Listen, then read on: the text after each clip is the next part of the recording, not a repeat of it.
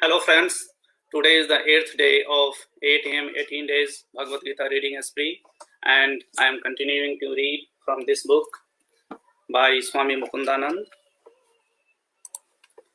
So chapter 8 is called Akshar Brahm Yoga, which is also called the Yoga of the Eternal Knowledge.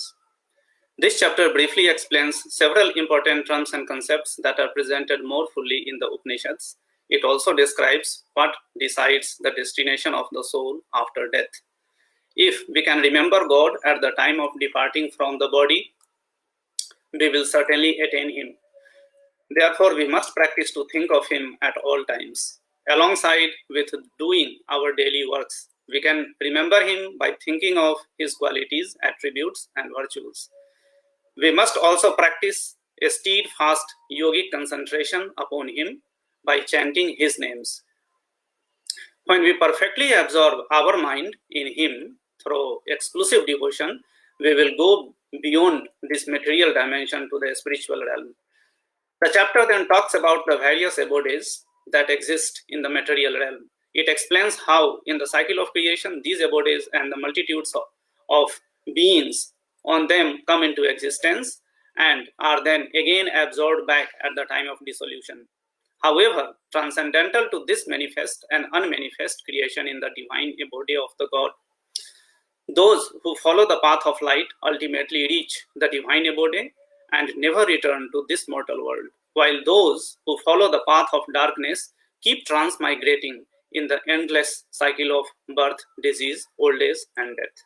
So that was the summary of chapter 8. Now, starting from verse 1 of chapter 8, Arjuna said, O Supreme Lord, what is Brahman, absolute reality? What is Adhyatma, the individual soul? And what is Karma? What is said to be Adhibhut? And who is said to be Adhidev? Who is Adhiyagya in the body? And how is he the Adhiyagya? O Krishna, how are you to be known at the time of death by those of a steadfast mind?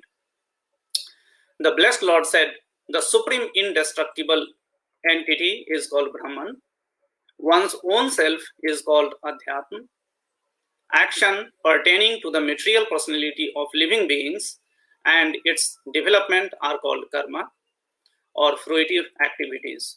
O best of the embodied souls, the physical manifestation that is constantly changing is called Adhibhut, the universal form of God, which presides over the celestial gods in this creation is called Adhidev. I, who dwell in the heart of every living being, am called Adhiyagya, or the Lord of all sacrifices. Those who relinquish the body while remembering me at the moment of death will come to me. There is certainly no doubt about this. Whatever one remembers upon giving up the body at the time of death, O son of Kunti, one attains that state, being always absorbed in such contemplation. Therefore, always remember me and also do your duty of fighting the war. With mind and intellect surrendered to me, you will definitely attain me. Of this, there is no doubt. With practice, O Parth, when you constantly engage the mind in remembering me, the Supreme Divine Personality, without deviating, you will certainly attain me. God is omniscient, the most ancient one, the controller, subtler than the subtlest, the support of all, and the possessor of an inconceivable divine form. He is brighter than the sun and beyond the darkness of ignorance. One who at the time of death, with unmoving mind, attained by the practice of yoga, fixes the pran, which is life force, between the eyebrows and steadily remembers the divine Lord with great devotion, certainly attains him. Scholars of the Vedas describe him as imperishable. Great ascetics practice the vow of celibacy and renounce worldly pleasures to enter into him. I shall now explain to you briefly the path to that goal, restraining all the gates of the body and fixing the mind in the heart region and then drawing the life breath to the head. One should get established in a steadfast yogic concentration. One who departs from the body while remembering me, the Supreme Personality, and chanting the syllable Om will attain the supreme goal.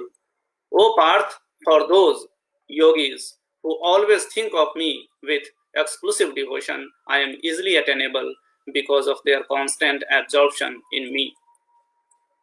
Having attained me, the great souls are no more subject to rebirth in this world, which is transient and full of misery, because they have attained the highest perfection. In all the worlds of this material creation, up to the highest abode of Brahma, you will be subject to rebirth, O Arjun, but on attaining my abode, O son of Kunti, there is no further rebirth. One day of Brahma, which is Kalp, lasts 1,000 cycles of the 4 ages, which is Mahayug, and his night also extends for the same span of time. The wise who know this understand the reality about day and night. At the advent of Brahma's day, all living beings emanate from the unmanifest source, and at the fall of his night, all embodied beings again merge into their unmanifest source. The multitudes of beings repeatedly take birth with the advent of Brahma's day and are reabsorbed on the arrival of the cosmic night to manifest again automatically on the advent of the next cosmic day. Transcendental to this manifest and unmanifest creation, there is yet another unmanifest eternal dimension. That realm does not cease even when all others do. That unmanifest dimension is the supreme goal, and upon reaching it, one never returns to this mortal world. That is my supreme abode. The Supreme Divine Personality is greater than all that exists, although He is all pervading and all living beings are situated in Him. Yet He can be known only through devotion. I shall now describe to you the different paths of passing away from this world. O best of the Bharats, one of which leads to liberation and the other leads to rebirth. Those who know the Supreme Brahman and who depart from this world during the 6 months of the sun's northern course, the bright fortnight of the moon, and the bright part of the day attain the supreme destination. The practitioners of Vedic rituals who pass away during the 6 months of the sun's southern course, the dark fortnight of the moon, the time of a smoke, the night, attain the celestial abodes. After enjoying celestial pleasures, they again return to the earth. These two, bright and dark paths, always exist in this world. The way of light leads to liberation, and the way of darkness leads to rebirth. Yogis who know the secret of these two paths, O Parth, are never bewildered. Therefore, at all times be situated in yoga, which is union with God. The yogis who know this secret gain merit far beyond the fruits of Vedic rituals. The study of the Vedas, performance of the sacrifices, austerities, and charities. Such yogis reach the supreme abode. So that finishes chapter 8. Come again tomorrow 8 a.m. Singapore time and we will do chapter 9 together. Thank you.